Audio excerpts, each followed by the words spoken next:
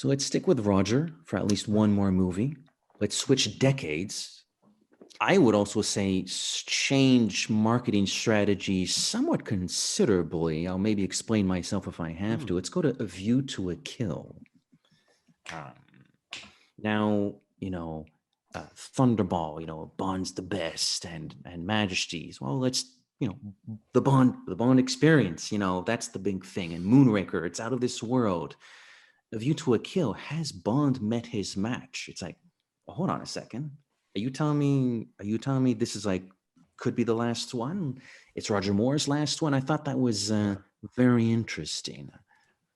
Well, I love certain aspects of it. And since there was a dangerous flyby of the poster, I'll comment on the poster because, every time I go back to this poster, which I quite like a lot, a couple things really call out to me. There was a really, really decided marketing strategy to have the Bond villainess, if you will, literally the same size as Bond, like back to back. That was a really strong move. And she's not even the main villain, which is really astounding.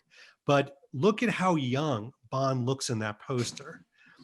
Look at how energetic he looks on the bridge with the flowing Stacey Sutton dress going on and things like that. They really did downplay the age factor that was going on at that time. And even the Bollinger ads at the time were very interesting. So I have to mention this because this is what happens when you study this stuff. The Bollinger ads shot and showed Bond and Stacey at the party, at Zorn's party, from far away across the bridge. So it wasn't a close-up of Bond. No. It was all the way telephoto paparazzi lens of Bollinger. And listen, I get it. Nobody was going to say, I would like to see an overaging Bond, the Murder, She Wrote people would be coming, the Matlock people would be coming in droves. But it started with the poster and just continued through, even focusing on the music, Duran Duran, highlighting them sometimes more than Bond. Yeah, there's a trailer. Bond. Absolutely. And I'll give you the mic in just a second, Matt. But there was I think I keep saying Blu-ray, but I watched the Apple copy.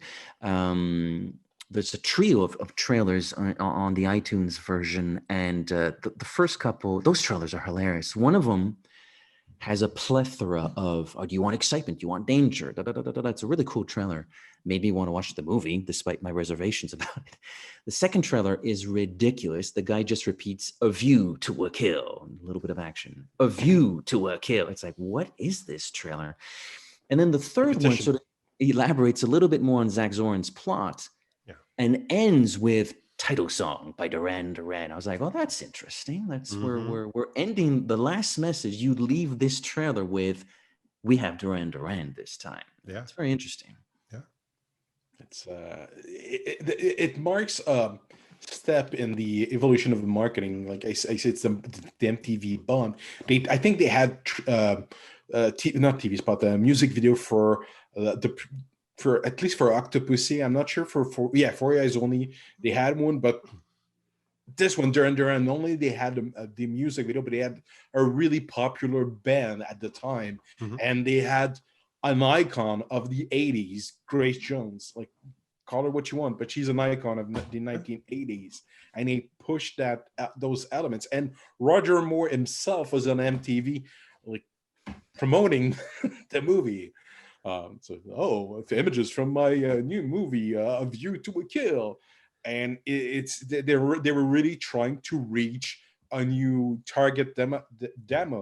I think the View to a Kill is a great research document, if you will, or example in showing how they were trying to neutralize an aging Bond. And I would actually put out there for you to contemplate, they probably have done it a little bit with No Time to Die and an aging Bond. Now, I don't think Daniel Craig shows his age like Roger Moore showed his age in A View to a Kill, but I think they're trying to neutralize that so the audience is widened up. And think about when A View to a Kill came out. Think about what it was surrounded by, the competition, the type of movies that people were going to. you really did have to kind of size it up a little bit. And just saying, hey, here's your traditional Bond. He's back since 1962. Your old favorite wasn't going to cut it. And so they surrounded it with this, hip, cool, jock. And suddenly the nerd kind of rose in fame in high school a little bit. I don't understand that analogy. It's an interesting one. And I feel like I don't know, we might potentially bring up the same point when we get to Die Another Day, although Brosnan looks pretty good in Die Another Day, all things considered. But nevertheless, the idea of and I'll elaborate Die Another Day later on, but it's very clear to me that there's a bit of although watching the trailers really made me want to watch the movie again last night. And rest in peace, Tanya Roberts. She left us not too long ago at the time of this recording. But it's a very funny ad campaign, because when you've seen the movie, and God knows how many times us three have seen this movie, you're like, yeah, they're trying to hide a few things here. Like you brought up the poster, David, earlier, just how, let's say, relatively youthful Roger Moore as James Bond looks on that poster. And that was one of the things, flipping through the 50 Years of Posters book, that was one of the things that immediately caught my mind. Like, there's not many wrinkles on that face on this poster. He looks really dashing on this poster. That was before FaceApp and Snapchat filters, and so good on them. Yeah, sure. So the both the posters and the trailers put an enormous amount of emphasis on potentially the fact that Mayday is Bond's main foe in this film. The name of Christopher Walken is mentioned. They don't not pay attention to the fact that he's in the movie. Mind you, the guy's won an Oscar by this time, so you would think maybe we have an Oscar winner, but okay, we won't do that. No, it's Mayday, because Grace Jones is the shit, and Christopher Walken is just a thespian. Grace Jones is awesome. I think it was so smart of them, because they wanted to do something bombastic that showed diversity, which is really important when trying to get a wide audience, urban audiences, etc. And then the other thing is, I think that they were really trying to focus on the fact that, this is not the typical Bond movie, just like, the typical foe that we show in this is not the typical one. It's something different. But yeah, she was incredibly effective from a marketing standpoint. Very some of the posters, there's a UK, I believe, the one with I love the one, apparently not used very much, it's a yellow background. Grace Jones is sort of silhouetted a little bit in front of Roger Moore with the white tux. I find that one so arresting. The posters book says it wasn't used that much because apparently people thought Bond looked a little bit too weak if he was wearing a white dinner jacket. Oh, wow. But I don't know. I think that poster is absolutely Let him say that to Connery. Yeah, it's like, really? You don't remember Goldfinger? Yeah. Is this the first Bond movie with a music video? I don't want to sound No, they had one for 4 Eyes Only.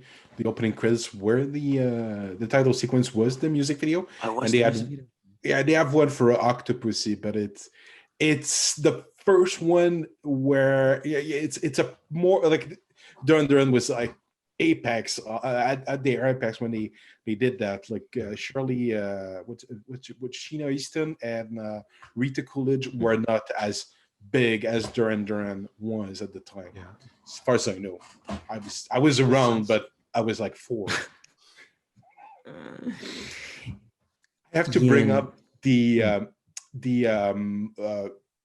book series that they released on time of You to Kill, like Your Own Adventure line of storybooks. And I know you mentioned the fact Roger Moore had to approve the covers, and he had comments like less wrinkle, a little bit less wrinkle, or can you remove that? Because that's when he got plastic surgery and had the mole removed before the movie. Like he had a little tuck in his face, and I think some of the marketing had the mole and they had to remove it.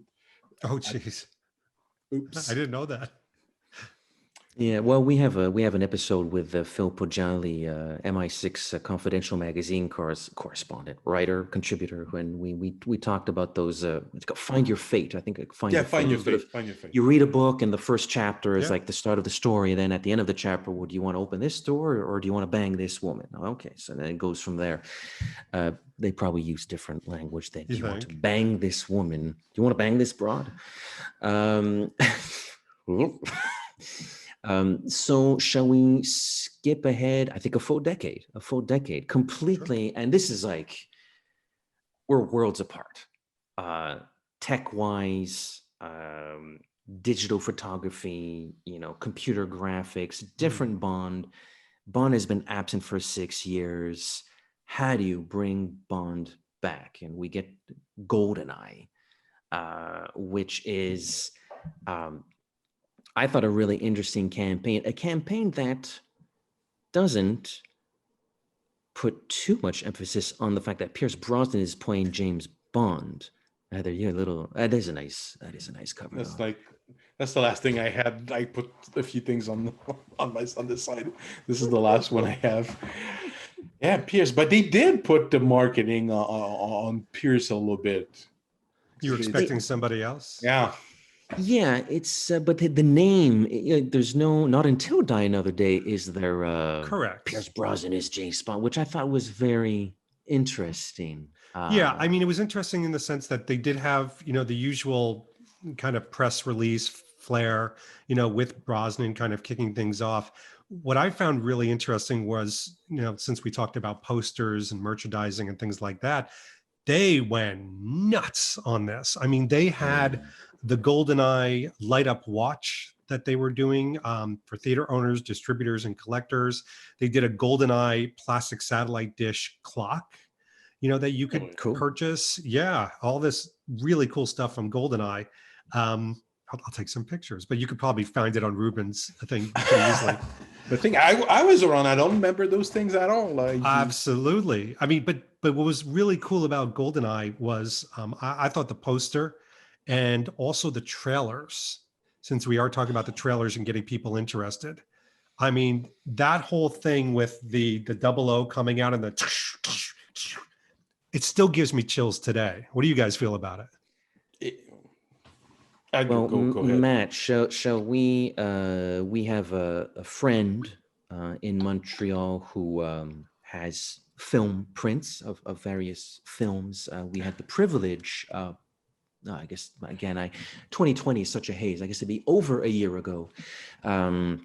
We had the luxury of seeing a 1967 film print of You Only Live Twice in a theater, Nice. and he sort of makes it an experience. So some trailers play in front of the movie, and we saw that he played that GoldenEye teaser trailer. Seeing that theatrically, my God, my goodness, what perfection! It's perfection. We had custody of Carmine when we saw that, and I remember, like, I think that's what I like Carmine, because he's a kid. He has these reactions. It's pure. There's a purity to his. Yeah, he has no, as I say, governor. He has no filter. He knows no filter. Yeah. He's, Put it that way. when he likes something, it's the best. When he hates something, it's the worst. But the glee and his giggling, he was so excited when he saw it. And it sort of reminded me of myself when I saw that movie and that trailer. I think it's on Entertainment Tonight, and I saw it, and I was like, I knew of James Bond, but GoldenEye was the first one I saw in theater, so it's fairly important for me. But it's just like it is perfection. Like, it's perfection, and I think now, and I've said this in other videos, I think Brosnan gets this weird dislike nowadays, which I don't understand. I think he was the right combination of the best stuff of Connery, the humor of Moore, the deadliness of Dalton. I just think he's fantastic. And I'll tell that to the cows come home. And I think he will have a resurgence in love when Daniel Craig, leaves for a little bit and the new person steps in. But I'll say this, GoldenEye was special because looking back on that marketing campaign, you get kind of excited because the 4 movies that Brosnan had to me, it epitomizes the merchandising and marketing of Bond, where they used brands, drinks, food, clothing, style, toys, locations, in theater, outside of theater, video games. I mean, talk about if you needed to pick one movie to size up everything, it would probably be GoldenEye. And GoldenEye still brings in younger audiences more than the movies because of that damn game. Yes. It's amazing to me. Oh, Donnie Waldron has his ongoing tournament where he brings in a friend for a GoldenEye And N64. nobody can beat him. I think he must. I think he's a bit of a tech wizard, and he fiddles with the game settings I so think that you're he has the right. advantage. Or they're intimidated. I don't know. One or the other. Well, he is a bit of a brick Little wall, bit. just a little bit. Not intimidating at all when I saw him in Toronto. Like, No, not at all. Like I'm What? tall, and If Hinks and Oddjob had a baby, it'd be done. yeah, I'm he's like, the only one, yeah. hello, sir. Jesus. But no, go ahead, Matt. Go ahead. Oh yeah, you brought up the game, but the game came out like 2 years after the movie. It did. It did. Which is, sorry, my mouth's getting a little dry, but it's weird when you saw like I remember seeing that trailer, the marketing for the game, and they in Quebec they had another translation. It wasn't the translation for the movie, so it was weird to see like Brosnan speak with another voice than the one I was used to. But so yeah, do you know how to use this? Because c'est comment utiliser ça, and then you get blasted with the game.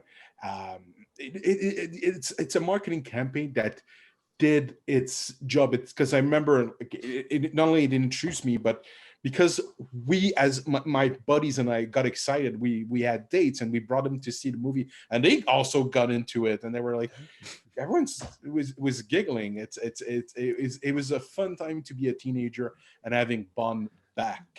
But you hit upon something that we talked about earlier. You have to see these marketing and merchandising successes or failures in the time that they occur. So we talked about the 60s and the 70s and the 80s, and now we're in the 90s where it's like anything goes, right? It's the roaring 90s, if you will.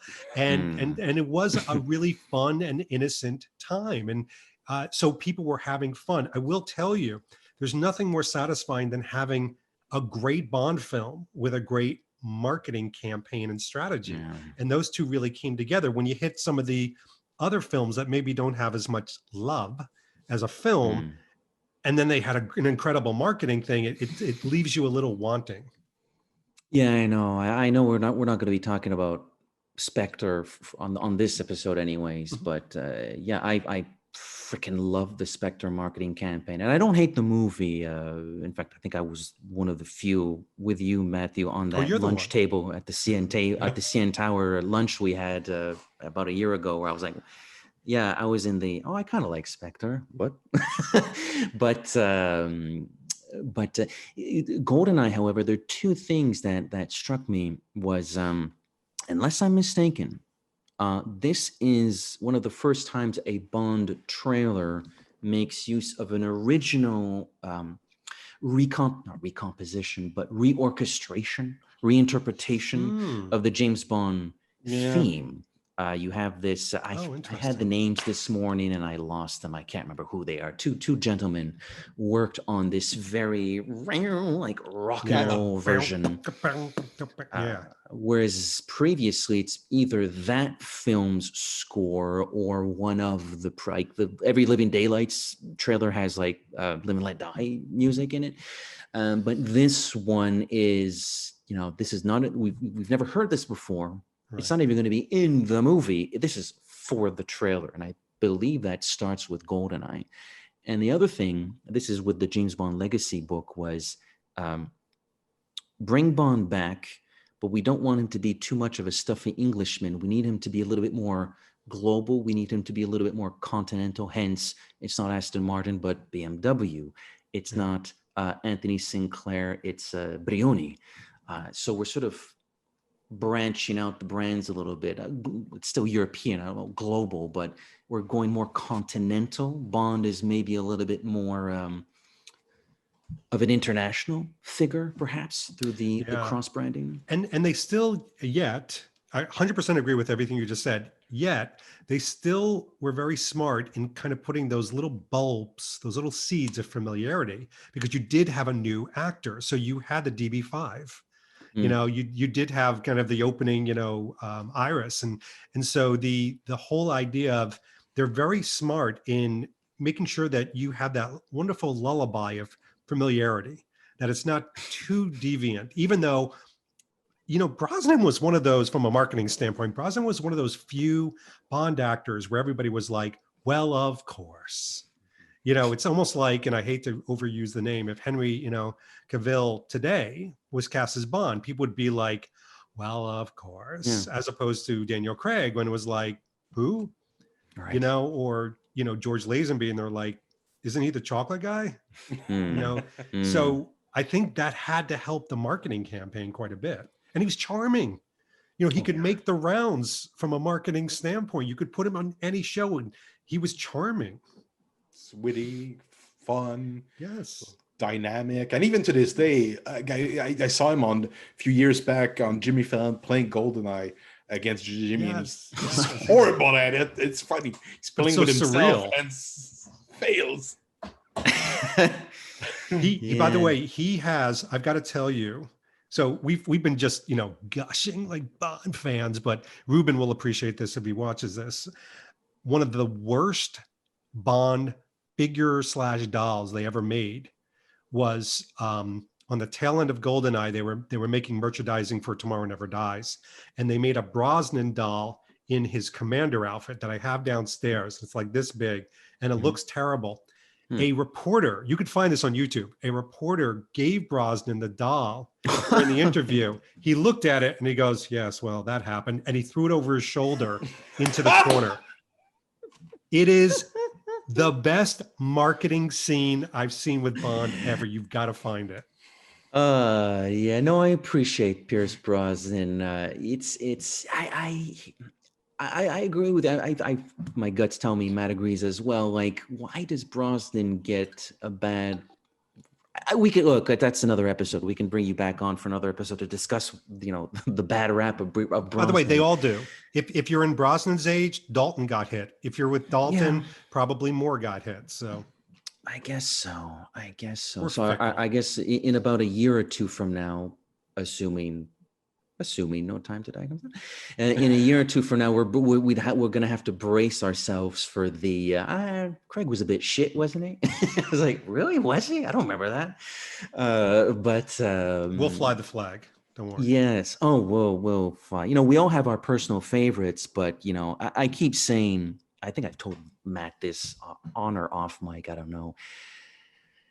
Yes, I'm a Roger Moore guy at heart because he just speaks to my personality a little bit more, and we share the same birthday. But and Octopussy is my first Bond movie, and I'm born in '80. It's like really weird. It's like the stars. I have to be a Roger Moore fan. Yeah. But the honest truth is, I sort of. God, I sort of behave a little bit like for a couple of hours, like the Bond I just saw, irrespective of the movie I just. Like if I just watch License to Kill, I'm feeling like gonna get myself a beer. Yeah, I'm feeling a little bit. If I go to the coffee shop, black. That's an actual marketing term. It's called emulation marketing, and it's a real thing. It's all this behavioral science I keep talking about, where you walk out of a John Wick movie and you're walking like John Wick, or you're walking like Bond, or you think you can take a broomstick and do this. It's the same thing. So brands do the same thing. They're like, how do we create a situation with a brand that isn't so commercial that people think, well, that could never be me, and instead it's called projection. They project themselves into that moment. And so for you to act like Bond, or walk like Bond, or open a door like in GoldenEye like Bond is so natural. If you didn't, there would be something wrong with you. If you don't shoot your cuffs like he did in Skyfall, there's probably something wrong with you. Like your behavioral, aspects are probably too low. So good on you, man. You're what's called human. There's I mind you, I haven't been to the I do my exercise outside now, but I've seen when gyms are open, I do the Brosnan dab. It's just little, that's how I get rid of this. It's terrible. It's terrible.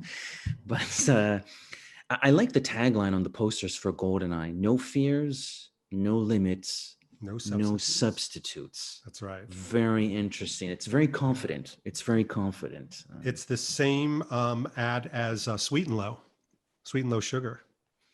Interesting. No, that's not true. No substitutes. Sorry. Terrible. Dad joke. Table of one. By the way, the other thing is, I will say, because we're talking about more, and Daniel Craig, from a Bond standpoint and a marketing aspect, for me, I have a lot of gravitational pull, because it's the very, very last time that I'll be the same age as a standing James Bond. That must be an interesting feeling. What does that feel like? Tell us a little Like bit this? about It feels like Oh. this. that. Sure. A little Okay. bit. A little bit. Feels like this. Well, I guess Matt, you and me, we're kind of the lucky ones. I'm 37 and you just turned 40. So, and they don't hire 29-year-olds anymore. So the next You Bond guys are safe. probably- I think you could be Yeah. the age of a standing Bond. Yeah, we probably would Matthew be. probably next birthday might be pushing it. Yeah, it depends when they hire the next Yeah. person. It's like the interview was. We're getting off track here, but just whatever. It's fun to do that. It was an interview. Was it Total Film? I don't remember. They got a hold of Barbara, and very diplomatic. She's a smart woman, and obviously, the question is, well, no Time to Die is on the shelf. Have you maybe, I don't know, been working on the next one, and who the next? And she said, very diplomatically, no, we haven't. We're behind No Time to Die. We're behind Daniel Craig, and we'll get, as we say on the show, we'll get there when we get there. Right. Which was, and my reaction was twofold. I was like, that's the smartest answer you can give. At the same time, it's like, oh no, so they're not even thinking about the next. Anything goes. Who knows what they're doing? That's true. You can give that answer and like they are actually talking with actors, but anyways. We don't know. Anything else about the GoldenEye marketing campaign that struck our fancy? Not for me. I remember the music video getting a lot of play. That's one thing that's worth a mention.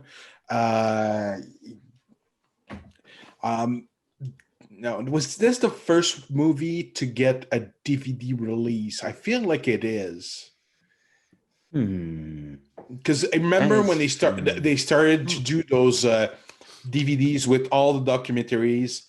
This one doesn't have one, so I feel like it must be one of those early DVDs. Maybe. I guess so. It's that. If it's not that, it's Tomorrow Never Dies. It has to be one of those two. Because definitely World Is Not Enough. We already had. Yeah, that's 99. Yeah, we obviously already had DVDs by then. Yeah. It's funny. I was going through the special features on my iTunes copy last night, and yeah, there was that Elizabeth Hurley presentation and other stuff, but there was no the making of GoldenEye. Just it's not there. They didn't make one. It's Elizabeth Early before she did Austin Powers too. Oh, I have no problem with Elizabeth Hurley as Oh, I she have was no doing problem. Austin Powers. Yeah. In or out of Austin Powers, right? I watched the first few minutes of that. It was enjoyable, and I shut it off when Elizabeth Hurley wasn't on the screen anymore. By the way, that is an aspect, whether it's GoldenEye or Thunderball, maybe a mere mention from a marketing standpoint of those TV specials were not just happy-go-lucky TV specials. I mean, they were when we were kids, but they were very purposeful. They were very timed, for the movies to get people interested and just give you enough, but not too much. And they were usually, at least up until a certain point, almost to like the Craig era, they were done with a little bit of tongue in cheek and a little bit of fun. Really inventive and very creative back in the 60s, 70s, and 80s. And then obviously the Elizabeth Hurley one was still, had that air of fun and frivolity. It did. Now there's in her own sort of sexual appeal title where there's a little bit of vim and vigor in the way she presents it. It's a lot of fun. One of my favorites though, and I know we didn't talk about Daylights, but Daylights introduces a new Bond, and yet it's Roger Moore kind of playing a James Bond figure on the ski slopes, introducing that. And I was like, I that's an know. interesting way of doing it. Get the guy who's not James Bond, but was James Bond to talk about the new James Bond. Yes. They're never going to do that again. Daniel Craig is not introducing the next James Bond. You know, it's not happening. Unless he's a producer or senior producer with that. But no, it's too confusing. Yeah, confusing. interesting. They don't do that. Yeah. I didn't dislike it, but I agree. They'll never do that again. But I guess it's the Roger Moore effect. It's like, if he wants to, sure, it's Roger Moore. So now we talked about the marketing campaign that introduced Pierce Brosnan. Let's jump to the marketing campaign that, well, at the time, even Brosnan didn't know it was going to be his last one.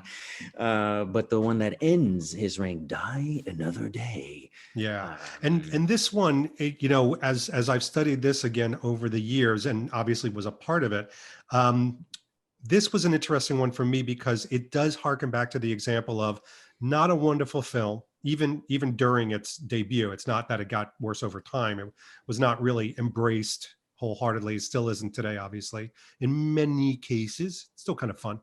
But they did the marketing and merchandising right.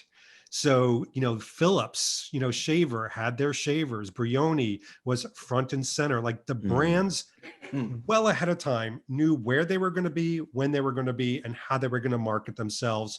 Journal ads, commercials, timing, in-store, display ads, all those things were organized under one umbrella. And I think this is where Eon shines, I have to say. So Eon, just to take a step to the side for a second, I think Eon, people think as a corporation, is this monolith, giant company, thousands of people walking in this tall building, certainly because it's a $1 billion franchise. And they're this family little business. It's, you know, 10, 15 people in an office space. It's really small. And the marketing group, what they tend to do is there's only a few of them that branch out to the best agencies in the world to really, you know, create what we call the surround sound of marketing. Well, they did such a great job organizing the brands to do things together, to create connective tissue with Bond and events. And, you know, again, now you're online, right? You're online now. So the online events and the offline events connected together.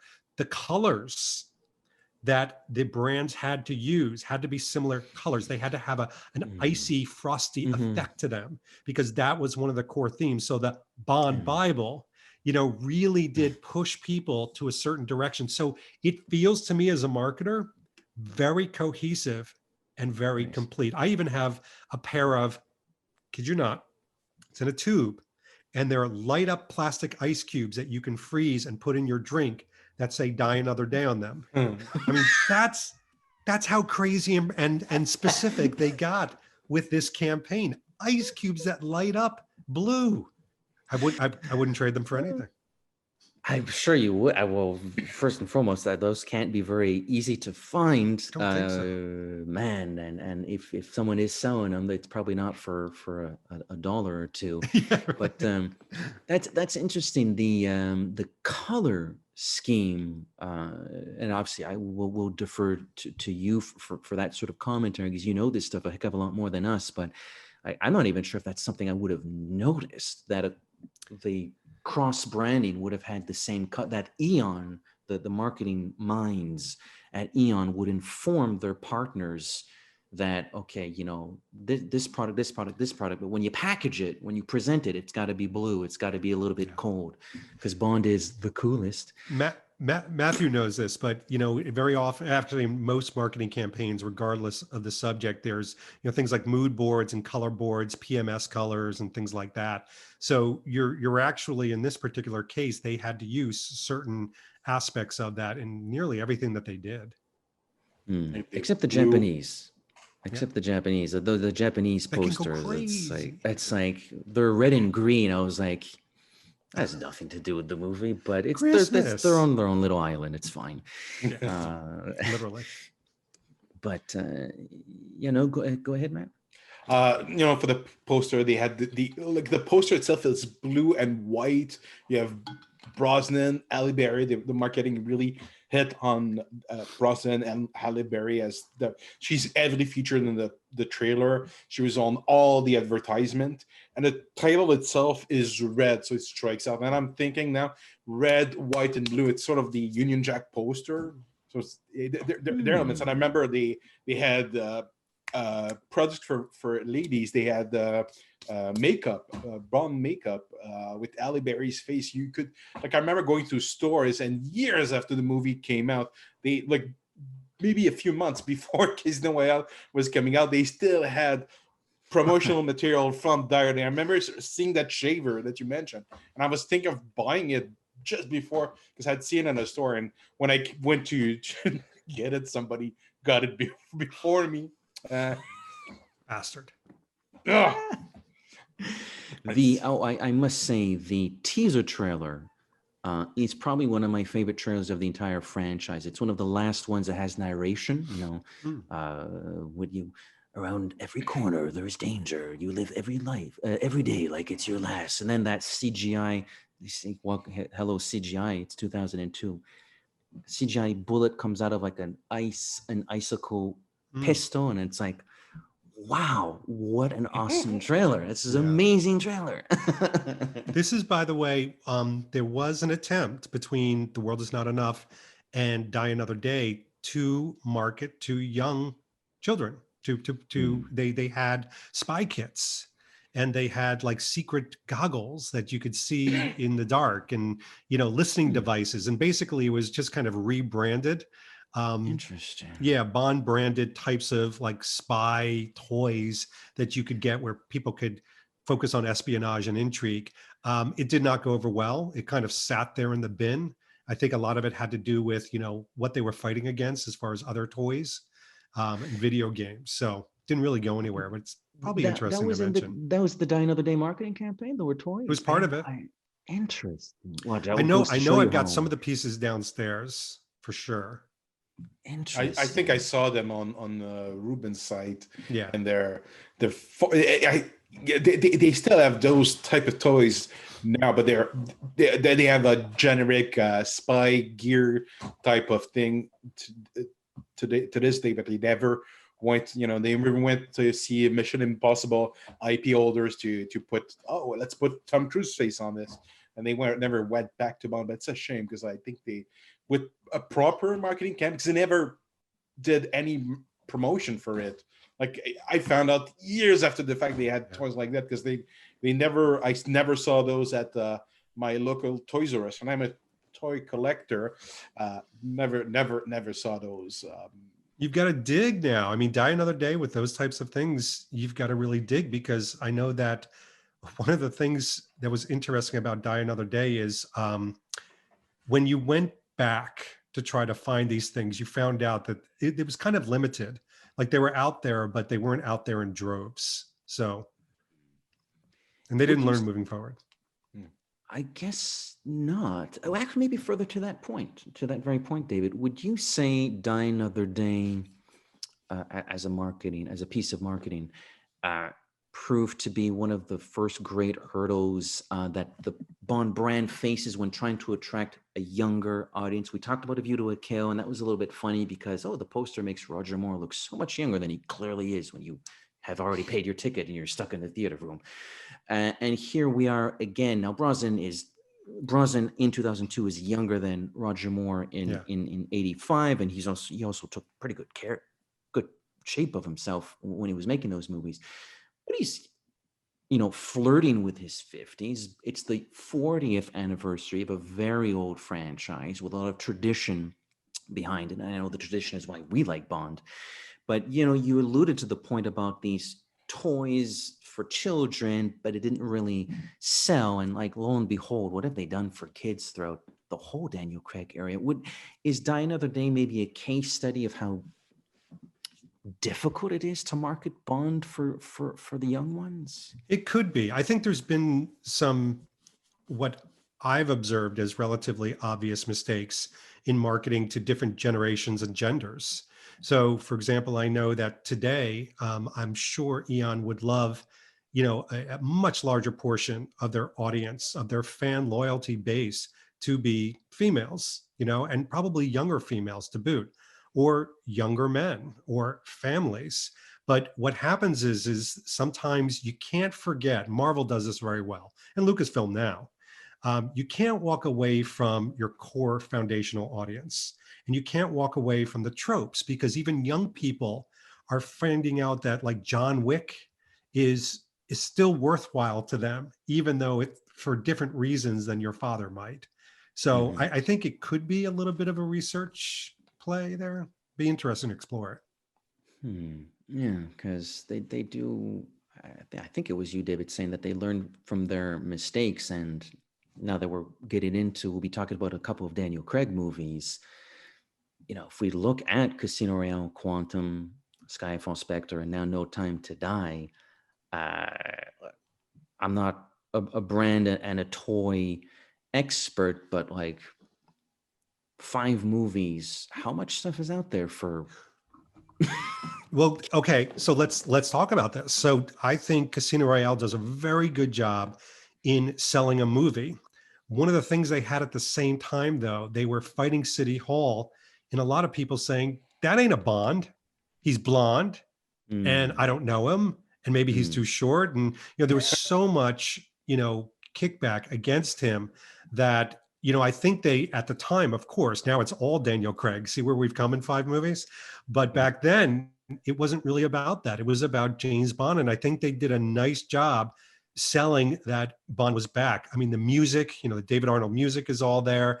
The bombastic nature, the quick pulls within the trailer that brings you in, the locations are back. So I would actually fence and say that the Casino Royale campaign harkened much more back to like the Thunderballs, that excitement and locations and sexiness. And, look at the new Bond come out of the water and he's got muscles like bowling balls. And, it's like, whoa, men and women are going to be attracted. And so they went back into the psychology of it.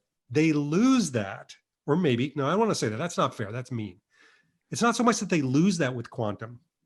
They change their marketing strategy with Quantum.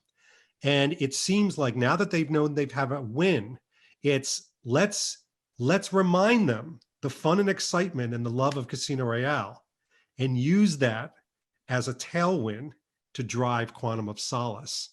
Whereas, and I'm going to say it, and I know we're kind of pushing through the Craig stuff, Skyfall, because I've gone over the Skyfall Bond Bible like 1,800 times, most incredible 35 pages I've ever read.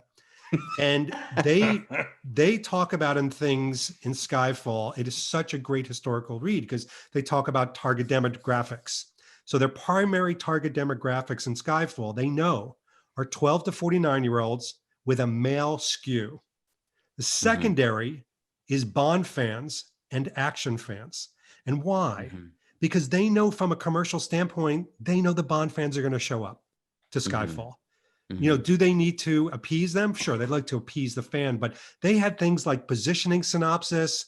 They had literally marketing and research. So they talked about in Skyfall using familiar Bond iconography, a stamp of quality, the 50th anniversary, box office opportunities. They talked about challenges, like building urgency. They talked about in Skyfall internally, we're 22 films deep. Now what? How do we make Bond still relevant? And then this was one of those times where they literally set up what they call rules. So the rules of, key challenges and then rules of engagement with these brands. So to me, Skyfall was when Eon, and they may have done it beforehand, maybe this is just all I've been able to see, they took it up so many notches. And I know this stuff is applied today where they've gotten scientific about things in their marketing. It's not just a bunch of people sitting around a table going, it'd be cool. It's not just that. I'm sure they're doing that. That's a really good impression of them. What's the guy that managed the Oakland Athletics there? They made the money. They made the money. They made the movie Moneyball. Like it's all about the numbers. Like it's just baseball became a science for this guy. Yeah, Moneyball.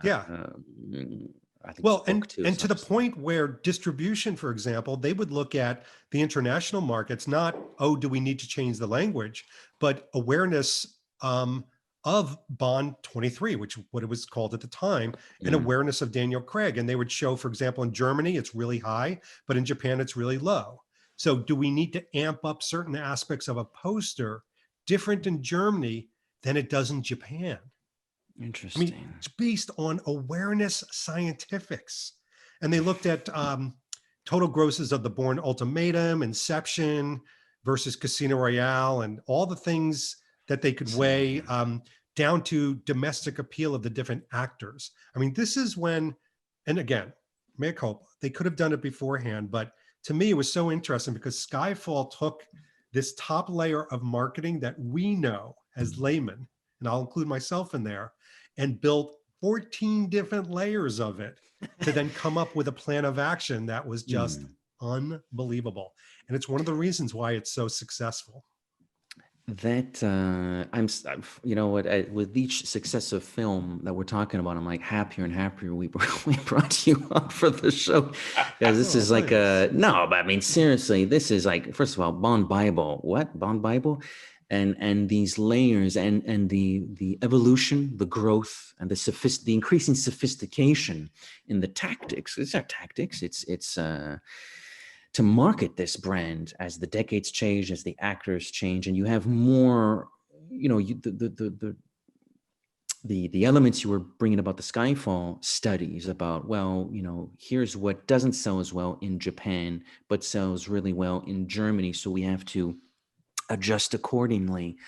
You know, it was more, presumably more difficult to do that. They didn't in the 60s. Just Right. look at some of those posters where it's like, oh, we got this movie, draw us a poster, you, the Japanese. 70s, probably not so much. 80s, maybe we're getting there. 90s, I'm sure we were doing that a little bit at the very least. But now that we're in the aughts and the 2010s, it's like, yeah, we have the technology to do these surveys. We have the technology to acquire this data and do this data crunching and arrive at probabilities and percentages and odds of success. And I guess you make your decision as a marketer, you make your decisions based on that sort of content. Absolutely fascinating. It is. I'm loving well, this. and I love it because, you know, they would go in such specific detail to where we think, oh, they're very protective and they're very buttoned up. You have no idea. I mean, I will say as a lifelong marketer, I doff my hat constantly. I know their job is difficult, and I'm not being a sycophant here, but like their editorial ideas for any one of these Craig films, they've got to stop and think about fashion and women. They've got to think about, for Skyfall, for example, the 50th anniversary and how do we leverage that? Oh, the Olympics. You know, they have to think about travel. They have to think about, you know, a home court advantage of some of this taking place in London, and what could that mean? They've got to think about automotive. They've got to think about web pages and filmography and theme songs and what do we do with that? And there's so many moving parts, which is why it takes an army being led by only a few people, and meanwhile, a family. That's the astounding part, a family that is so protective that ultimately much of this does need to be kind of pass muster. So, you know, it's just, to me, I've got to say, if you were never impressed with what they do as an audience member, you would be impressed to know what they do behind the scenes. I can imagine. It's unbelievable. And go ahead, man. I you don't know if you've read Nobody Does It Better, the book that, and they have a section in Goldeneye that they explained that they had a survey done about Bond as a character and how he's rated by younger audiences, and sort of the feedback that they had at the time was like, yeah, it's the guy my dad likes. It's the dude with the tuxedo. And to bring it forward a little bit to Die Another Day, Die Another Day, I find it fascinating for many aspects, but marketing wise, it's a movie that was made and sort of conceived in between the release of Mission Impossible 2 and 9/11, and ultimately released after 9/11. And it's such a flippant movie. But if 9/11 never happened, I think people would look more favorably on that movie, because it's such a flippant film. But the marketing, Halle Berry is like the female character in Mission Impossible 2, sort of the John Woo-esque action that they really promote in the trailers, sort of the speed ramp, things like that. And you bring it to Skyfall, which is sort of the cousin of Die Another Day, where Die Another Day is, when they were trying to echo the past. It's really like, look at my old stuff. Look at the scene with Q in the lab. It's like, oh, look at those old stinky shoe. Oh, that rocket back. Yeah, it's and it's Skyfall. It's, first of all, a bit more mature, but also more introspective. It's not only the character of Bond fighting for relevance, but the franchise itself sort of self-reflecting, and it's part of the marketing, because it was not marketed as a flippant film. The song that they picked is Yeah. such a, it's melancholic. I hope Yeah. I'm pronouncing this correctly. And the poster itself is, it was, yeah, it's not my favorite poster, but if you want to put the brand in front and center, you have the gun barrel, you have Daniel Craig. That's what you need. You had some of the character posters. You had the 007 brand, and you had product wise. Did they had Heineken? No, did they have special Heineken bottles for Skyfall? Yeah, they did. Sure, They certainly did. They had a special Smirnoff Heineken bottle. They had Bollinger. They have so many different aspects in Skyfall that were, I mean, by that time they just know what they're doing from a branding standpoint, from a clothing standpoint too. And it was also Skyfall was one of the first movies, just to kind of bring it into my world for a second, where brands that were being used organically had an opportunity to then, after the fact, go to the powers that be for the Bond franchise and negotiate to become an authorized brand. So NPO Cashmere, it's a perfect example. They didn't pay to be in the movie. They were part of it because they were a choice of the costume designer. And then after the fact, we're able to do what they do now, which is not only to be in new Bond movies, but to be a force to be reckoned with in the world of Bond branding. Interesting. That's fascinating. And going back to what you were saying, Matt, the teaser poster, which did Daniel Craig walking towards us in the gun barrel, I find, as far as the posters and the trailers are concerned, it's juggling successfully, mind you. I think the Skyfall campaign is pretty solid. It's juggling two very critical moments at this particular moment in time for the franchise. It's the 50th. So we sort of need to emphasize the iconography of the franchise. So teaser poster, keep it simple. Daniel Craig, he's not just walking in the gun barrel. If you pay attention to how that gun barrel looks in that teaser poster, it very much looks like the old school Dr. No. It's, brushed up a little bit, but the shading and the lighting, it very much looks like the 1962 gun barrel. Those white posters, the character posters, they all have the 007 logo behind them. It's sleek, it's streamlined, and it keeps it down to the bare essentials. Some people might not like that, especially if you're, thinking about McGuinness, sure, it's not the same ball game, but I think for the 50th, it was an interesting choice. And the trailer, the big moment in the trailer where Bond is like, resurrection, that goes back to your introspection point, Matthew. So it's sort of juggling these two very interesting things. Yeah. And I think this was also one of the first times that, at least publicly, we as Bond fans were able to get a good understanding. We knew this was happening, but a good understanding now that these partners, these marketing partners like Bollinger and Coke and Harrods and Heineken and Omega and Sony, if you remember, Visit Britain as a travel organization even were involved, paid. They had a money commitment. they paid to be in the movie. Now we know this has been happening, but it was the first time that we were able to kind of watch it from a documentation standpoint and see that, Coke paid $30 to $40 million to be associated with the movie. And, for Coke, they probably find that money in the couch, but, what the brands were about and what they couldn't do. And so that to me was very interesting to kind of see that unfold from a marketing standpoint.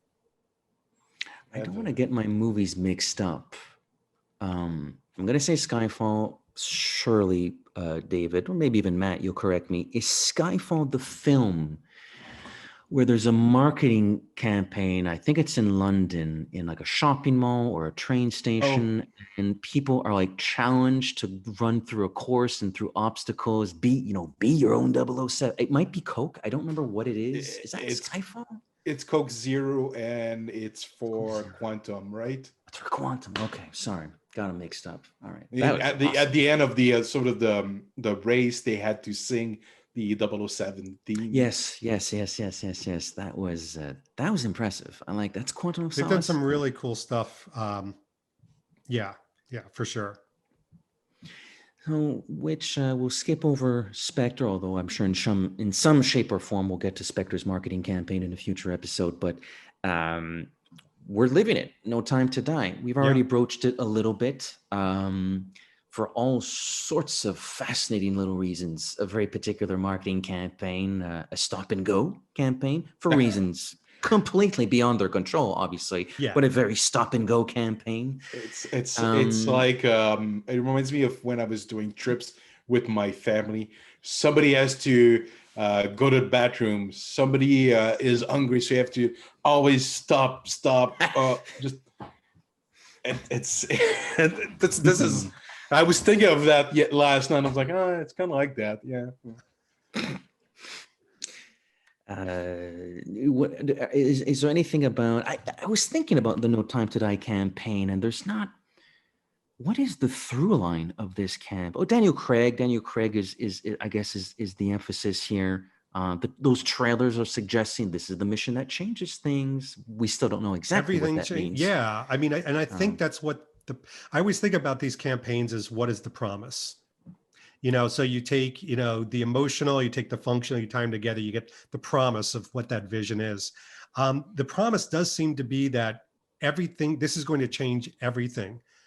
What they're showing us is our James Bond, thank God. It's the different tropes, it's the stunts, it's the DB5, it's action. Look, there he is, there's Daniel Craig. And so I think it's been a very interesting campaign for me to watch as a marketer. I think that they've got some dings against them. You said this, not at their own fault, is that they've had so many, stops and starts. And I'm sure they, as much as we want that not to have occurred, I'm sure they don't want that to occur because they have to rejigger every single time. There's a plan of action that's created months, sometimes year in advance. And you've got to play this out and you make little tweaks here and there. They've had to totally scrub entire ideas. Plus you've had brands that I'm sure were promised the surround sound, like we've been calling it, of a movie in the launch of their brands. But you had DHL on the day that it was announced. I mean, my gosh, can you imagine DHL? And they put that commercial together that was unbelievable. And then they went dark. Heineken, same thing. Globetrotter and Peel. I mean, you name the brands, they've all had these kind of false starts. It is so debilitating. Now, you have an optimist and you have a pessimist with No Time to Die. The optimist says, well, as a brand, you've launched and you've got all this runway that you can now be a Bond brand. You don't have to renegotiate for, well, I guess 2 years. Whereas you only had a small 3-month window before, and then the movie's dead. And then you may have your contract end and you have to re-up. So that's the optimist view. The pessimist says, people may have put this movie into a box, and the success and failure of your brand and what you're putting out there really was dictated on new people, not us, not, the Bond fanatics. I mean, that's a small, tiny percentage. We're as AJ likes to say, we're a hair on the dog, and we will not keep brands totally afloat. So this new audience that falls in love with Bond all over again and falls in love for the first time with Bond, they really do count on those to raise all the game. Then you've got COVID. How do you successfully market this when people have truly no idea where they're going to be seeing the movie, not just when they're going to be seeing the movie? Am I at home in my BBDs? Or am I with you guys at a premiere? Or am I at a local theater wearing a hazmat suit and a mask? We don't know. And that uncertainty kills a marketing campaign. It doesn't help. I guess in some fashion, I'm thinking of Omega, where, like you were saying, Matthew, you've done it, I've done it. I've walked downtown Montreal recently. There's Daniel Craig wearing a dinner jacket with you, but there's no movie. It almost seems. I love it. It says en salle de cinéma, in theaters. There's nothing more specific than that. It just says in theaters. But that's a promise right there. Yeah, I know. It doesn't say in homes. Nope, doesn't. Oh, they're not ready to say that. But judging by what we think we know and the possibly known knowns, I don't think they're ready to do that. But anyways, that's another. They haven't restarted the campaign, and I feel like there was. They had two campaigns. They had the what I'll call the blue and gold one, and they have the white and gold one. Yeah, the blue and gold one. It ended when they restarted. And I don't know if they'll do a third one, but eventually, man, they're gonna run out of new footage to show us. But here's the reality: we're Bond fans, so all they have to do is add 3 seconds of new stuff, and it's a brand new trailer for us. And we're doing reaction videos, and we're screaming, and we're back. So as much as we love to talk about this, and we do, and that's what your channel is all about, I dare say showing a trailer really does keep the fire alive with people that were casually going to go. I mean, I talk about my son, who's not the Bond fan I am. Thank God he's a normal human being. He says he and his friends have totally forgotten that there may or may not be a Bond film, to the point where I think somebody remarked, didn't that come out last year? Something. So that's the reality that the marketers have a really hard job dealing with. Yeah, it almost feels as though, in some respects, because of these very particular circumstances, No Time to Die, your Omegas, your Bollingers, the chocolates, the shoes. There was a video about the shoes. It almost feels as though, to an extent, there are certain products, certain brands that need to use No Time to Die, not as a No Time to Die marketing blitz, as a James Bond blitz, because we don't have a No Time to Die. We don't know when we're going to get No Time to Die, but we have these products, so let's sell them. So again, and the Omega posters that are in downtown Montreal, they do, the French version, No Time to Die, but Mourir peut attendre. Yeah, Mourir peut attendre, and it's almost like, yeah, sure, Mourir peut attendre, but I don't know how long I can wait, and we don't know how long we're going to wait. So I wonder if, like, your Omegas and your Bollingers are sort of, they have to take this opportunity just as sort of almost like a generic Bond marketing scheme. I don't know how they would do that. I don't know if they're doing that. I guess they can't, because it's the Omega he's wearing in No Time to Die. You can't just pretend it's not the No Time to Die watch. But we don't have the movie. they're a little bit on cruise control. So one of the things that's been very beneficial to some of us fans that do focus on the lifestyle and the branding and the merchandising aspect is they've launched. You can go on their website. You can see all the No Time to Die stuff.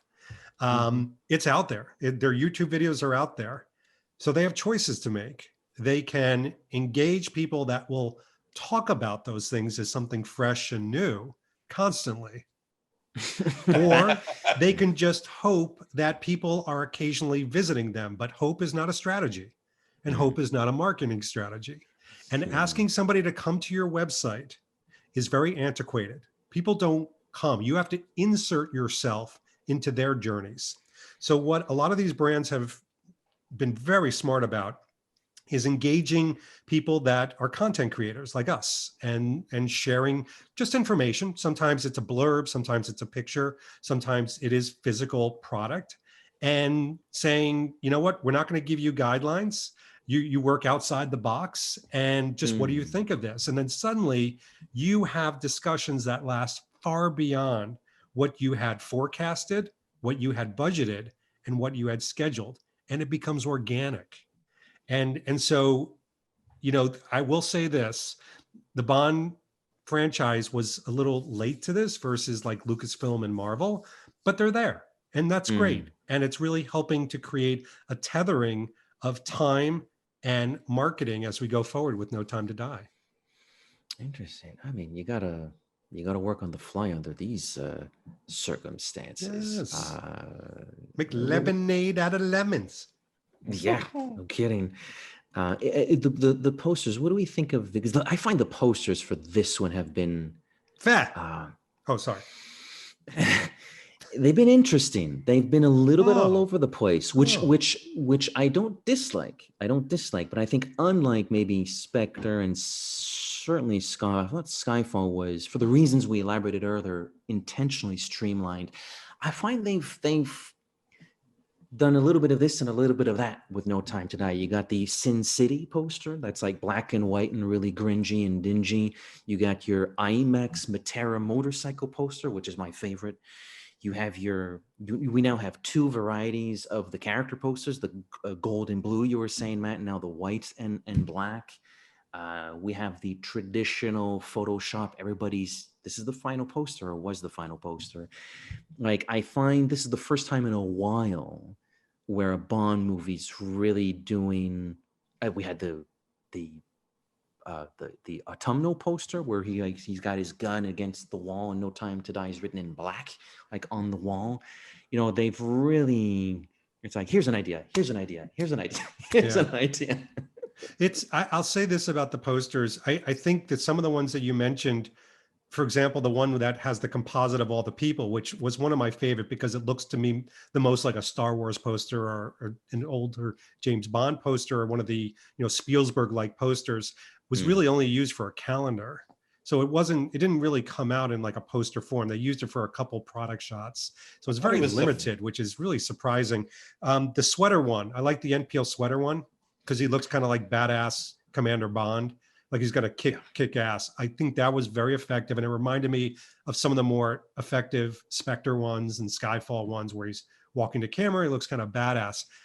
The other ones I'm not a fan of. And if I'm going to be authentic and honest here, I really thought it was strange choices. It didn't evoke any kind of emotion in me, which is really rare for me not to have that. I think some of the images they leaked of the actual film were better than some of the posters, which to me is so strange. And then I thought, how nice would it have been, since they had this giant contest with all these fans making their own posters, if they chose just one, not all of them, but just one to be a release poster, and nothing came of that. And to me, it was just another notch in the strangeness of it. I've tried to participate to that contest, but because no, you didn't try, you did, man, you did. I technically, did you ever show your work? I did post it on the website, on the page, my Instagram. I did post it, but it never went anywhere. And according to the rules, I couldn't participate because because the laws in Quebec, all the other provinces could except Quebec for some reason. I tried to pass my. Yeah, I know. Sacre bleu. Yeah, that's like doing things differently. But I almost passed my address as Jeff Weibel's address to try and participate. But I guess they saw my IP address. I never, because they had a website address, and I never saw my poster. I saw really weird stuff of just people taking pictures themselves and writing "No Time to Die." And really, they put that on their webpage, and my poster that I spent weeks, hours. No, we don't want that. I'm like, oh, it's a little bit hurtful. Just since you participated in that, Matt, remind me, what was the end game of that thing? Was it just we're going to give you some money, or was it we'll use your poster on some? I don't remember what the end game was. I think there was a bit of money, nothing like not a big amount. I think like around the, I think at £500, if I remember is correct. They had certain characteristic they want. The essence of Bond is something they like. I wrote notes. I think I sent you. I wrote paragraphs. I gave myself pillars before I did so many designs, and I showed it to you to get advice. What should I? But it never materialized into. It's a crying shame because, obviously this is a very microscopic version of probably what goes on in the marketing meetings and rooms at Eon, but it really was fun participating in that. First of all, the announcement that you, the fans, get to make a poster. Yeah. I was like, Matt, where's Matt? Where's Matt? And I was like, Matt. You must have gotten a hell of a lot of text. My phone blew up already. But participating in that, again, a very microscopic way, but you showed me and a handful of people, here are my ideas. Where do we go from here? Like it was your ideas and it was your poster, but there was a bit of a feel of like, what do we want to do here? What is our poster going to It was a lot of fun. It must be a little bit what goes very microscopic, but it must be kind of what goes on in those rooms. Like, what is our poster going to be, even though you're going to draw it at the end of the day? It's like, I think No Time to Die, if it did not have the issues that it had with the pandemic and the delays and things like that, could have gone down as one of the best marketing campaigns. And outside of, my opinion of the posters, I think that they did so many experiential things right. I think that they, number one, had those kiosks in some of the European cities, literally called the James Bond experience. How dare they? They never asked me, but they had all these different supporting events and materials that were planned and things, and they still could do, of course, if they launch it, latter part of this year into next year maybe.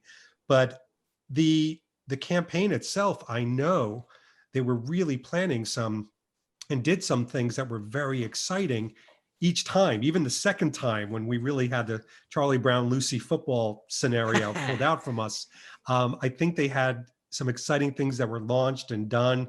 I know brands were talking to each other about synergy, which is unique for brands to talk to each other about synergy.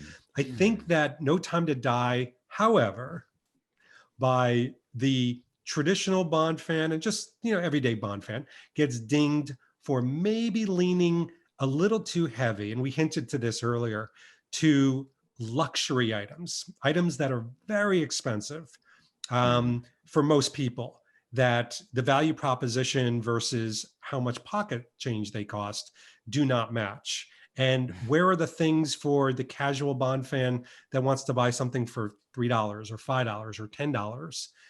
There seems to be a void of that. And even 007.com, the store, has a variety of prices, but are they things that we really want to consume? What do you guys think about that? There seems to have been some controversy over that. We haven't done a Bond debriefing I think the last one was with a friend of the show, Mike Reyes, and that would have been November, like a proper Bond debriefing where we have, I rely on you. I always consider the Bond debriefings more of a Matt episode, because Matt does that research, like what's on the 007 store, and here's what, and I should have let him regale me with what's going on, and I'll just make the pithy comment. But certainly in a number of those debriefings, and I'll let you follow up on this, Matt, but in a number of those debriefings, as much as maybe we wouldn't, if we could go back in time and change everything, yeah, we're guilty. Our podcast is guilty on those debriefings of being like, that's a really awesome product. Why would I ever buy that for $8,000? That's not happening. I've gone to, not as often as Matt, he's the expert of the 007 store, but I have gone once or twice, and it's like, no, I don't need a No Time to Die thermos. Oh, by the way, it's going to be $20 of shipping. I really don't need the No Time to Die thermos. It's like shipping. I did.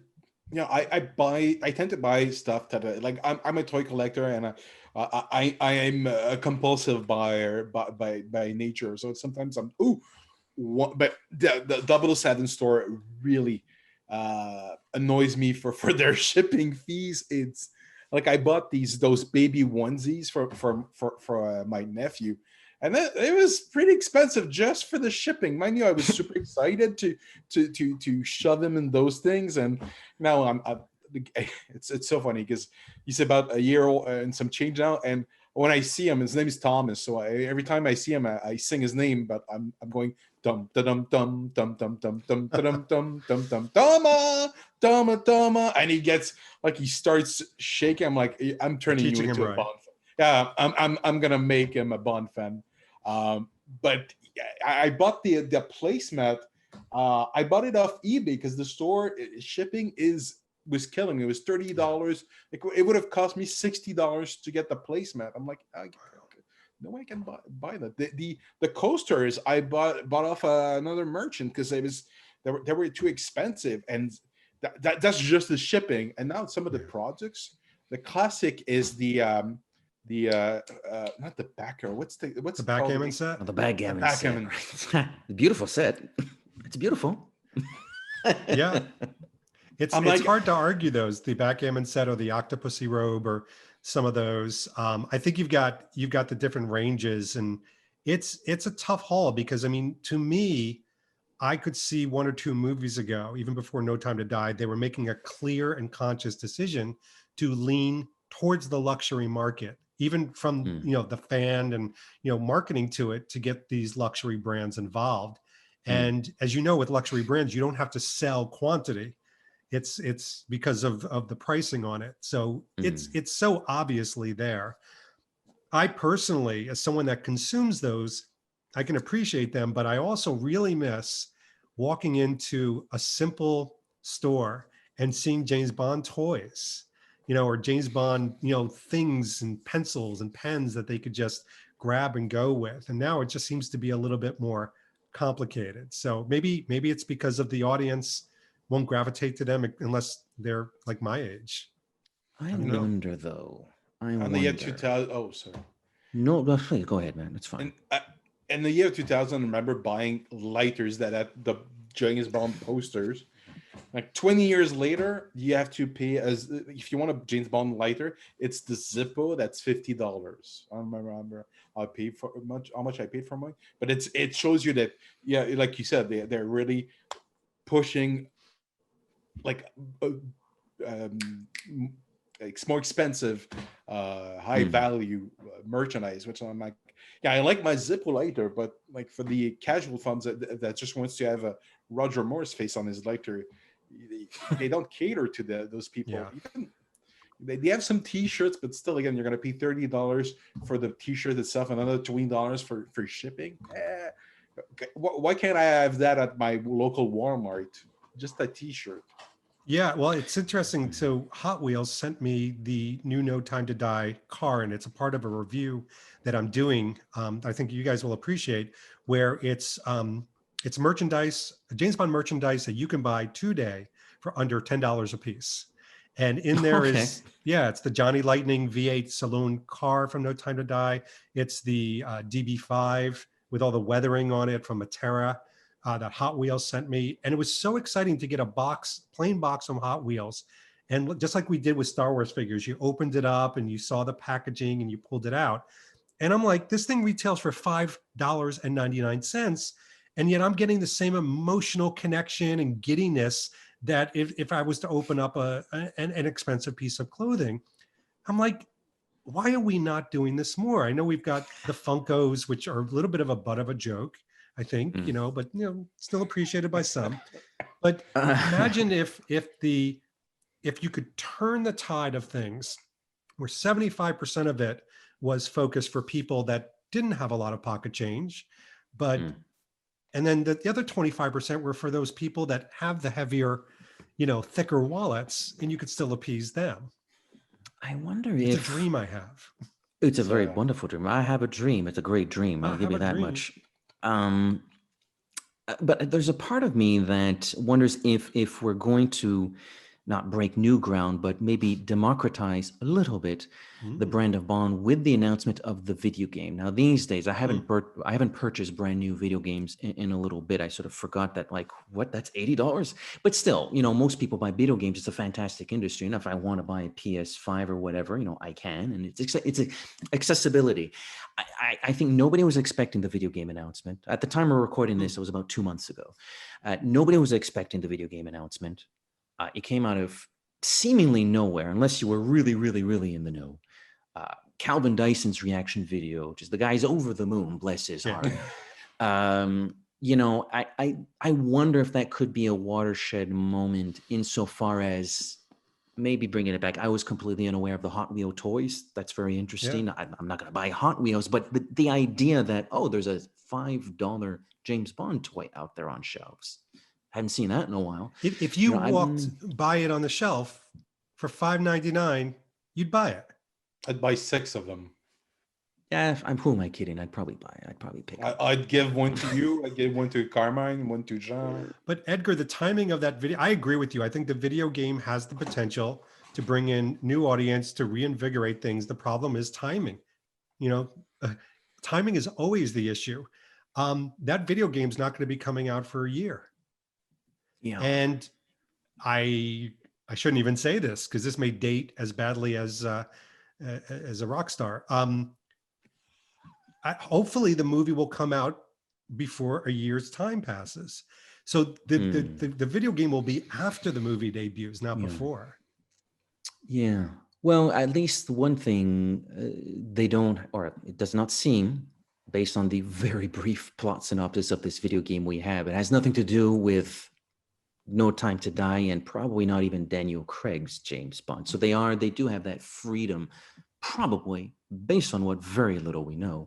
It sounds like they have the freedom to make this is our James Bond game, officially licensed. You don't have to worry about No Time to Die. If you thought that movie was the best or the worst, doesn't matter. Here's a new James Bond story, which I appreciate. I do like the fact that they're going that route. Although it's an origin story, the first origin story, I was like, really? The first origin story? We've all read Anthony Horowitz's book, right?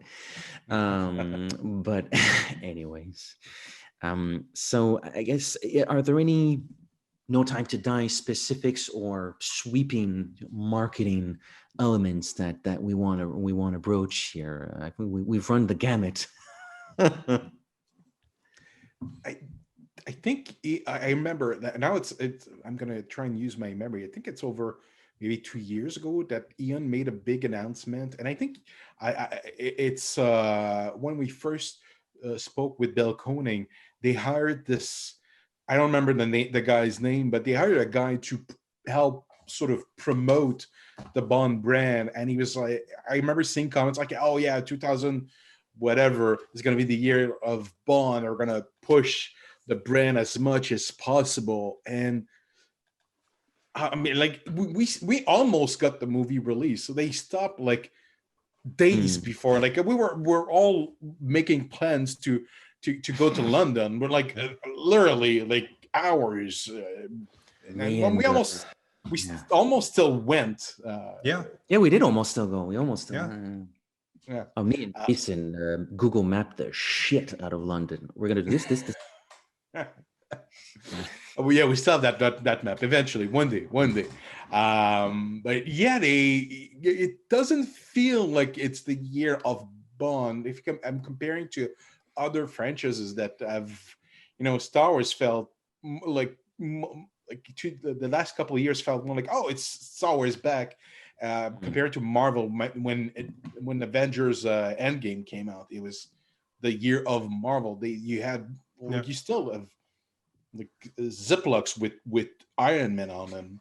I'm not saying that I want Ziplocs with Daniel Craig's face on it, but still, it says that to me you should have more products that have. And I know they're trying to give their prestige, keep their prestige, but it feels, are they too precious with their brand, or are they making a mistake with the way they've treated it's since then since they stopped making video games, which is when was Bloodstone, 2009, 2010? Something Calvin will tell us. He'll correct us on Yeah. that. But It you know, feels you know what, Matt?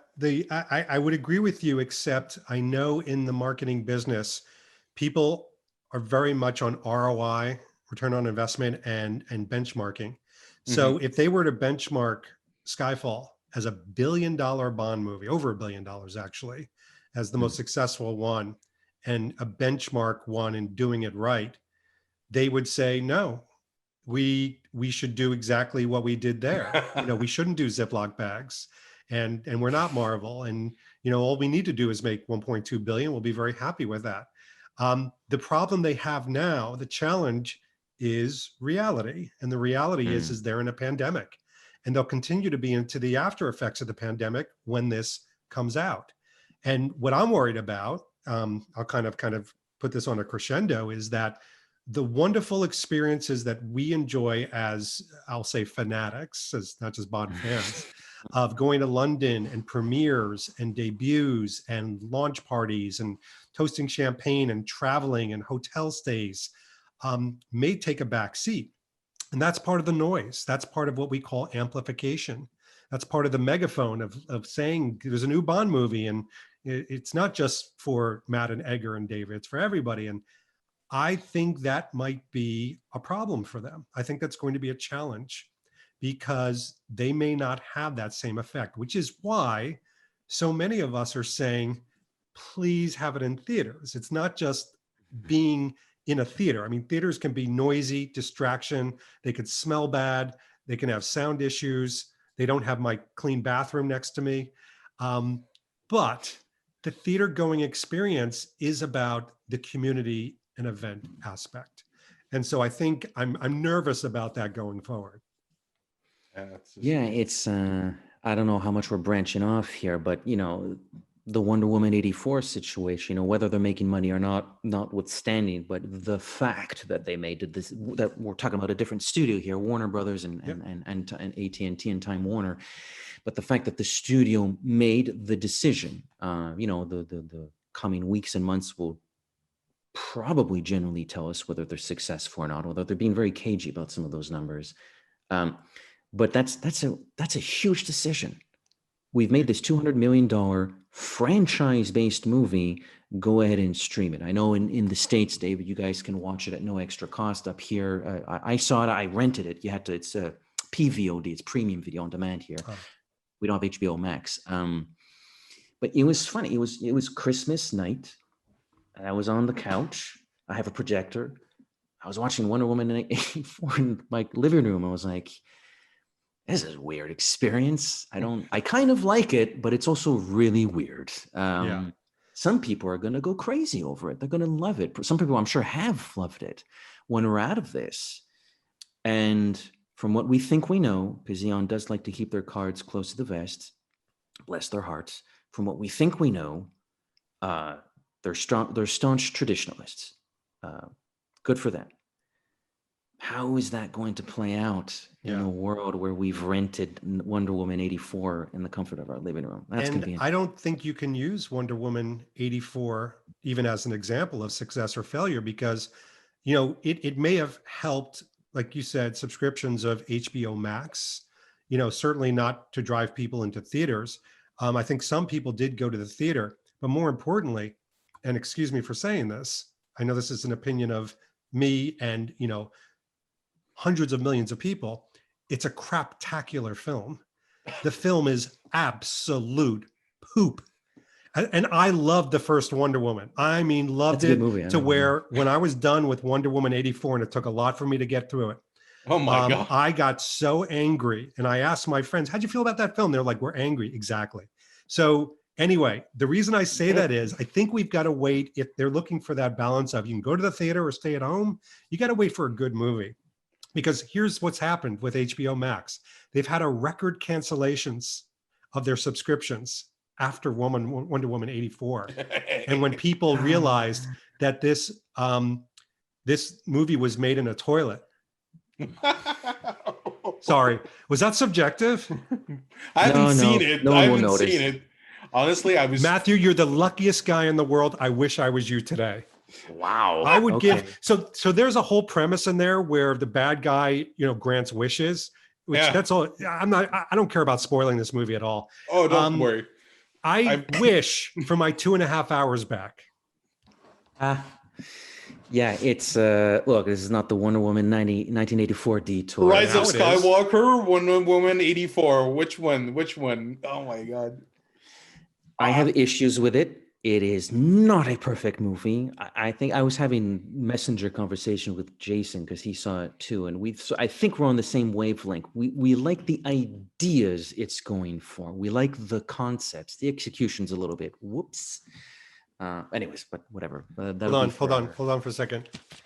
Never ask Edgar opinion on movies. All right. Okay, got it. Let's continue. Now that we've established that. It's even what's the other one? Tenant. I hated Tenant. Oh no! I haven't seen it yet. Watch it at home. I think it's gonna be because I physically I was starting to get sick. Oh, like well. the cutting, the IMAX sound, it became aggressive, and I know he played he played with frequencies for the Dunkirk, and I think he did the same thing to sort of create nausea. And this is going to get edited out of this video. Yeah, it's getting all of this getting cut. But I was so I left the theater at one point. Like I was outside, and I was not the only one. A lot of people came out just looking like sort of exhausted. It's like 1917, but 1917 is like probably an hour shorter than 10. I was exhausted, and I came back to I was sort of in the lobby, not in the lobby, but in the corridor, watching it on the IMAX. Okay, it's over. I left, and most people in our little group were like, "That wasn't very good. That's not a movie that's gonna save cinema." They have yet to produce a film of quality to save cinema. Mulan was bashed pretty hard. I didn't rent that one, but Mulan was bashed pretty hard when that came out. Yeah, I saw Soul because I got Disney Plus for. That's cute. To watch Mandalorian season 2. I'm getting it for this December. Luke Skywalker at the end was weird, but I'm Luke Skywalker. All right, we got to get back on track. Sorry. So yeah, and that's so no time to die. We are still living that marketing campaign, and we will continue to live it. Hopefully not too many more stop and goes at the time of this record. I think we're mentioning a lot of topical things. I think we'll put a little bit of extra backbone into releasing this within the next month. We tend to record something and I'm okay, that'll be good for 3 months. Maybe we won't release this in 3 months. So we're still living it. Hopefully this is the last stop. Right now it's for April. Rumor has it that's not going to hold. I was watching a trailer that asked me a question. Asked me, and I think it asked you the same question, Matthew. It was huge bold letter. I have my speakers, and it said, "Oh, really? Do we have people everywhere?" Everywhere. I sound more like a pirate every time I do it. As long as you're not pirating. Everywhere. Everywhere. We do have people everywhere. We're at the www.thejamesbondcomplex.com. Yeah, I know. YouTube, which the plan is that this will also be YouTube content. Hi, YouTube. Hello. So search for the James Bond Complex, subscribe and tickle us with the thumbs up button. We're on Twitter at The Bond Complex. We're on Facebook, search for the James Bond Complex. Instagram at the James Bond Complex. We're hosted at anchor.fm. We thank them for their gratuitous services. Spotify, I always get these ones wrong. Spotify, Google Podcasts, Apple Podcasts. Aren't we on Wherever some sort of you Quebec podcast website that I did not know existed? Yeah, we're on some. You guys are in iTunes too, right? Yeah, we're on iTunes. Yeah, we're on stuff that the guy was not aware. I think I saw. I think we're on Podbean too. I'm not sure. You're on Podbean. You're on Anchor. Yeah, you're on a bunch of them. Wherever podcasts are sold. Precisely. And TikTok, right? You guys are on TikTok? I'm still understanding what that is. Once I figure I'm doing the James Bond TikTok. I don't know what I'm doing. I'm 52 years old. David, number one, thank you very much for being on the show. It was my pleasure, guys. Number two, where can our listeners, because I'm sure no one's heard of you. I'm not currently on social media. I'm hoping to start something. No, you can probably find me first and foremost on YouTube. That's probably to me the most exciting stuff that I can offer as far as content at the Bond Experience. I do have an Instagram that's updated daily with some really unique images and kind of lifestyle type things. Facebook is there, right? Facebook's mostly for sharing what other people are doing. So if you want to see what other people are doing in the community, and I'll put the launches of my YouTube on there. I do have a web page that is, believe it or not, updated a lot, but it's a web page. So if you want to go there, it's fine. Thebondexperience.com. It's a web page. What's that? Antiquated. And hopefully in the future at an event, maybe we'll connect. Yeah, not a Zoom. Although the Zoom events have been extremely successful, and your I know it's a group, it's a collaborative effort, but your operations, Phoenix and Gathero and this and that, they're always very, very enjoyable. Thank you. I would ask, what's next for the Bond Experience? But by the time this comes up, which will probably be in about 3 to 4 weeks from now, you'll have launched like 20 episodes. So just visit the Bond Experience. There's a few episodes. Yeah, there's usually like 2 or 3 videos a week. Yeah, I've noticed. I don't know how you do it. I do not like to sleep. I mean, I've told you this before. I can't sleep, so I have to live my dreams. That's good. That's good. I like that. Dun, dun, dun, dun, dun, dun, dun, dun. Sorry. No worries. Guys, we've been talking for 3 hours, and I feel like I could go 3 more with you if we didn't have like lives. I know. I think actually my buddy has texted me. He's probably wondering, like, didn't we say around this time? But once again, many thanks for being on the show, David. I'm sure it won't be the last time we have you on. Good. And the James Bond, just as James Bond always returns, we promise you, James Bond really does always return, despite the circumstances. He will. So too with the James Bond complex with whatever's next week. Merci, toujours un plaisir. À la prochaine. Au revoir. Bonjour.